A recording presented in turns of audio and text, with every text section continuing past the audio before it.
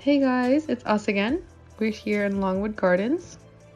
Longwood Gardens is for nature lovers and a great place to visit if you're looking to get out of the city and explore the wilderness.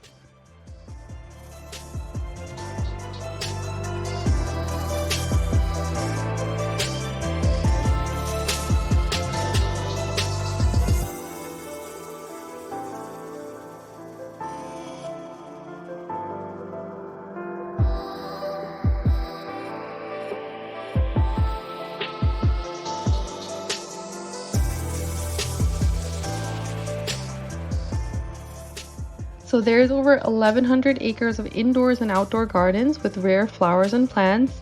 They do provide like physical free maps to explore the different areas, but I do recommend downloading the mobile map to help you better navigate through the gardens.